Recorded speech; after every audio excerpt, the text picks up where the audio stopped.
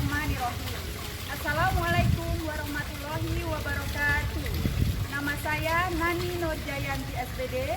Saya bertugas di SDN Jati Asih 4, Kecamatan Jati Asih, Kota Bekasi, Jawa Barat, sebagai guru kelas 6. Pada hari ini, saya akan melaksanakan kegiatan pengimbasan BIMTEK Guru Belajar Seri Asesmen Kompetensi Minimum untuk tingkat sekolah dasar. Setelah saya selesai mengikuti BIMTEK, dapat diketahui bahwa tujuan dari program ini adalah peserta dapat 1. Memahami konsep asesmen nasional. 2. Memahami bentuk pelaksanaan asesmen nasional. 3. Menganalisis contoh asesmen literasi membaca pada asesmen kompetensi minimum. 4. Menganalisis contoh asesmen numerasi pada asesmen kompetensi minimum. 5. Membaca dan menindaklanjuti laporan hasil asesmen kompetensi minimum. 6. Melakukan pengimbasan dengan mengajak rekan guru yang lain untuk mengikuti program guru belajar seri asesmen kompetensi minimum.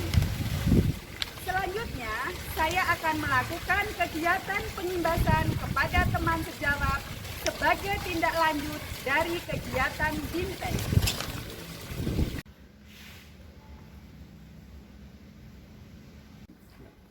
Bapak Ibu yang berbahagia, selanjutnya saya akan menyampaikan materi kegiatan pengimbasan sebagai tindak lanjut dari kegiatan BIMTEK. Ini adalah kondisi sekolah kami SDN Jati Asih 4 yang beralamat di Jalan Raya Jati Asih, RT 005, RW 004, Kecamatan Jati Asih, Kota Bekasi. Inilah profil sekolah kami. Ya, guru belajar seri asesmen kompetensi minimum untuk tingkat sekolah dasar. Ya, ada 3 tahapan ya Bapak Ibu dalam mempelajari BIMTEK guru belajar seri AKM ini, yaitu yang pertama orientasi, yang kedua adalah BIMTEK, dan yang ketiga adalah pengimbasan. Yang pertama adalah orientasi. Orientasi ini bertujuan untuk yang satu, berkembangnya miskonsepsi tentang asesmen nasional. Yang kedua, adanya malpraktek pembelajaran dalam melakukan persiapan menghadapi asesmen nasional.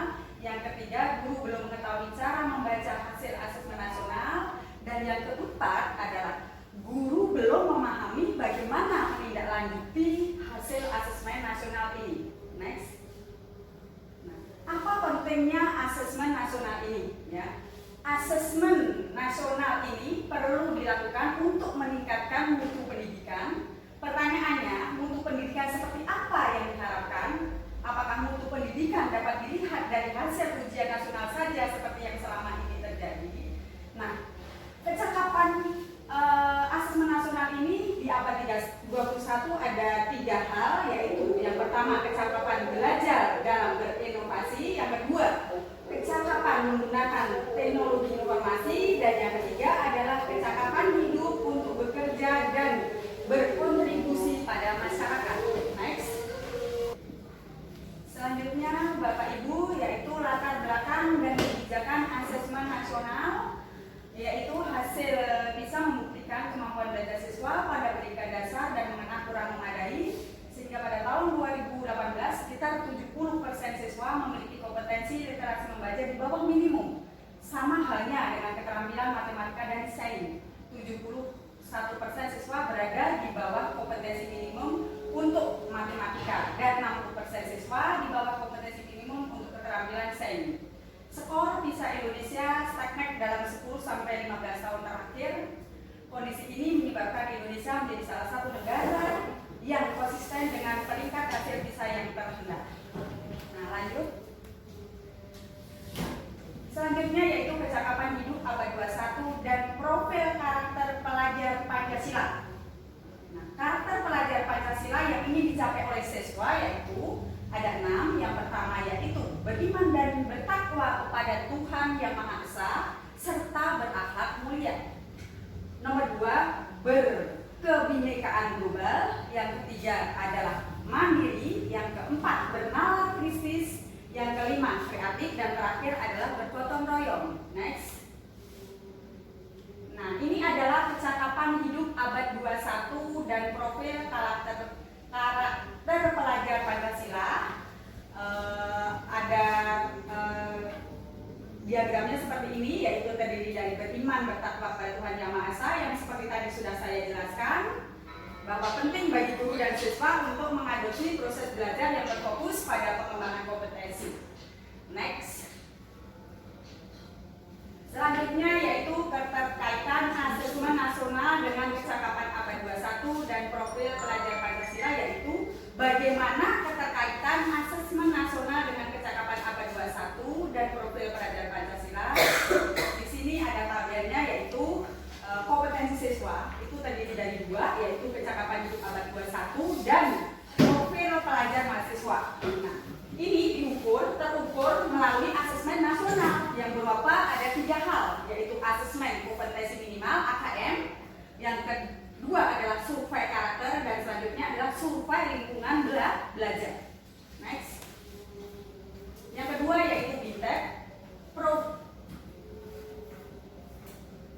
Ya, program ini akan kita pelajari, yaitu pada program ini akan kita belajar mengenai 5 hal, yaitu yang pertama konsep asesmen nasional, yang kedua teknik pelaksanaan, yang ketiga butir soal asesmen literasi membaca, 4 butir soal asesmen numerasi, dan yang kelima adalah tindak lanjut laporan. Next. Yang pertama adalah konsep asesmen nasional. Ini ada 3 hal yang dalam survei lingkungan belajar, yaitu asesmen kompetensi minimum yang mengukur kompetensi mendasar literasi membaca dan numerasi siswa. Yang kedua yaitu survei karakter yang mengukur sikap, nilai keyakinan, dan kebiasaan mencerminkan karakter siswa. Yang ketiga yaitu survei lingkungan belajar yang mengukur kualitas berbagai aspek input dan proses belajar mengajar di kelas maupun di tingkat sekolah. Bapak Ibu, tujuan dan manfaat asesmen nasional adalah ada tiga, yaitu yang pertama menghasilkan informasi untuk memantau perkembangan mutu dari waktu ke waktu, kesenjangan antar bagian di dalam sistem pendidikan. Kemudian yang kedua, asesmen nasional bertujuan juga untuk menunjukkan apa yang seharusnya menjadi tujuan utama sekolah, yakni pengembangan kompetensi dan karakter siswa. Yang ketiga, asesmen nasional juga memberi gambaran tentang karakteristik esensial sebuah sekolah yang efektif untuk mencapai tujuan utama tersebut. Hal ini diharapkan dapat mendorong sekolah dan dinas pendidikan untuk memfokuskan sumber daya pada perbaikan mutu pembelajaran. Next. Nah, selanjutnya adalah manfaat asesmen nasional. Manfaat asesmen nasional itu yaitu memberi kesempatan sekaligus menuntut guru dan sekolah untuk memperbaiki kualitas pengajarannya guna menciptakan siswa yang lebih kompeten. Next. Ya, ini adalah membandingkan asesmen nasional dengan ujian nasional. Ujian nasional sudah pernah kita lakukan, yang tahun-tahun kemarin kita melakukan ujian nasional. Pembandingnya adalah kriteria pembanding, yang kemudian asesmen nasional dan ujian nasional. Penjelasan poin pembeda antara AN dan UN adalah yang pertama, tujuan penyelenggara asesmen nasional dan ujian nasional tidak sama. Seperti yang telah dijelaskan pada topik dan aktivitas sebelumnya, asesmen nasional bertujuan untuk mengevaluasi mutu sistem pendidikan di Indonesia. Sedangkan ujian nasional bertujuan untuk mengevaluasi capaian hasil belajar siswa secara individu. Yang kedua, AN diberlakukan untuk semua jenjang pendidikan dasar, pendidikan menengah, pertama, dan pendidikan menengah atas. Ini termasuk MI, MTS, dan MAN, serta program kesetaraan. Sementara UN berlaku untuk jenjang pendidikan menengah pertama dan atas saja. Yang ketiga, asesmen nasional tidak diselenggarakan pada sebagaimana ujian nasional yang selama ini kita laksanakan, melainkan di tengah jenjang pendidikan, yaitu pada kelas 5, 8, dan 11. Hal ini dilakukan untuk mendorong guru dan sekolah melakukan tindak lanjut perbaikan mutu pembelajaran setelah mendapatkan hasil laporan AN. Jadi, bukan sekedar untuk mengetahui capaian hasil belajar siswa sebagai salah satu syarat kelulusan. Sampai di sini jelas Bapak Ibu? Ya, selanjutnya kita membandingkan asesmen nasional dengan ujian nasional sudah.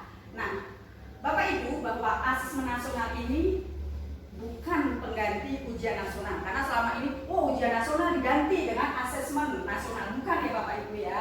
Asesmen nasional ini lebih memberikan gambaran yang lebih utuh dan luas mengenai mutu pendidikan, bukan hanya secara kognitif, namun juga karakter dan iklim belajar.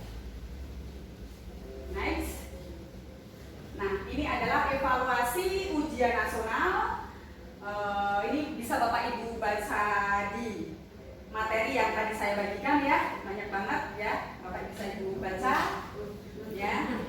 Ya, next, selanjutnya ya, ini adalah petunjuk dan teknik pelaksanaan asesmen nasional ya. Yang pertama yaitu asesmen nasional ini tadi yang sudah saya jelaskan awal, kemudian berbasis komputer dan bersifat afektif. Peserta akhirnya adalah seluruh satuan pendidikan, tidak semua murid, penilaian sampai secara acak. Kemudian jadwal pelaksanaannya itu juga harus dibuat secara detail ya Bapak Ibu ya. Ya, next. Ya, yang selanjutnya kriteria peserta asesmen nasional. Ini ada dua hal, mengapa asesmen nasional hanya diikuti oleh sebagian siswa ya. Asesmen nasional tidak digunakan untuk menentukan kelulusan menilai prestasi siswa, jadi nanti hanya diacak siswanya. Yang kedua, mengapa yang menjadi sampel adalah siswa kelas 5, kelas 8, dan kelas 11? Karena pemilihan jenjang ini dimaksudkan agar siswa yang menjadi peserta asesmen nasional dapat merasakan perbaikan pembelajaran ketika mereka masih berada di sekolah tersebut. Lanjut. Ya, yaitu sekarang merumuskan butir soal asesmen nasional ya. Ada 5 bentuk soal dalam asesmen nasional. Yang pertama yaitu pilihan ganda. Di sini siswa dapat memilih satu jawaban benar dalam satu soal. Yang kedua, pilihan ganda kompleks. Siswa dapat memilih lebih dari satu jawaban benar dalam satu. Yang ketiga adalah menjodohkan. Yang keempat isian singkat. Dan yang kelima adalah uraian. Kemudian konsep literasi membaca. Dalam konsep literasi membaca ini ada 3 hal, yaitu konten, kemudian proses kognitif, dan konteks. Ya, kita harus mengenal literasi di dalam materi literasi membaca ini. Ya. Selanjutnya menganalisis tahap asesmen literasi membaca tingkat SD ya. Pada tingkat SD terdapat 3 level pembelajaran, yaitu pada level pembelajaran 1 untuk kelas 1 dan 2. Di sini siswa akan menemukan informasi dengan cara mengakses dan mencari informasi dalam teks. Lanjut. Yang kedua, pada level pembelajaran kedua untuk kelas 3 dan 4, sama seperti level pembelajaran 1, siswa juga akan belajar sesuai tingkat kognitif pada literasi membaca. Hanya saja siswa pada kelas 3 dan 4 akan menggunakan konten yang sesuai dengan jenjangnya. Lanjut. Yang pada level pembelajaran 3 untuk kelas 5 dan kelas 6 ya, sama seperti level pembelajaran 2, siswa juga akan belajar sesuai tingkat kognitif pada literasi membaca. Hanya saja siswa pada kelas 5 dan 6 akan menggunakan konten yang sesuai dengan jenjangnya. Ya, lanjut. Nah, sekarang ini ada contoh soal literasi akan saya bacakan ya. Di sini ada Siti dan Udin di jalan. Siti dan Udin namanya. Muka mereka penuh debu. Dengan baju rombeng mereka menyanyi di tengah kebisingan. Pagi sampai malam mereka tersenyum dalam peluh menyapa om dan tante, mengharap receh seadanya. Beribu Siti dan Udin berkeliaran di jalan-jalan dengan suara serak dan nafas yang sesak oleh polusi. Kalau hari ini bisa makan, alhamdulillah. Siti dan Udin tetap berdoa agar mereka bisa sekolah dan punya rumah berjendela. Nah, ini ada 3 pilihannya, yaitu yang pertama adalah bahwa isi dari apa permintaan Siti dan Udin dalam doanya dalam soal tersebut adalah ada A, ingin bersekolah, ingin bernyanyi, dan ingin bekerja. Nah, next. Selanjutnya adalah konsep numerasi mengenal AKM numerasi, yaitu pada numerasi konten dibedakan menjadi 4. Yang pertama adalah bilangan, yang kedua pengukuran dan geometrik, dan yang ketiga adalah data ketidakpastian, yang keempat adalah aljabar. Sementara komponen AKM numerasi terdiri dari konten, proses kognitif, dan konteks. Yang kelima, Bapak Ibu, yaitu tindak lanjut atau pelaporan hasil asesmen, yaitu mengidentifikasi 4 kategori tingkat penguasaan kompetensi. Ya, ini bisa Bapak Ibu baca di materi tadi yang sudah saya sampaikan, ya, yang sudah saya berikan tadi. Silakan dibaca. Ya, next. Ya, siap Bu. Ya. Ya, selanjutnya menjelaskan perbedaan pembelajaran berbasis kompetensi dengan berbasis konten. Ya, juga bisa Bapak Ibu baca ya di sini ya. Siap Bu. Ya. Yang selanjutnya yaitu mengenai analisis kategori penguasaan kompetensi untuk tindak lanjut pembelajaran. Ya, di sini ada 4 hal tingkatannya, yaitu yang pertama perlu intervensi khusus, yang kedua adalah dasar, yang ketiga adalah cakap, yang keempat adalah materi. Untuk penjelasannya bisa baca. Ya. Next. Ya, kemudian yang terakhir ya ini segitiga belajar.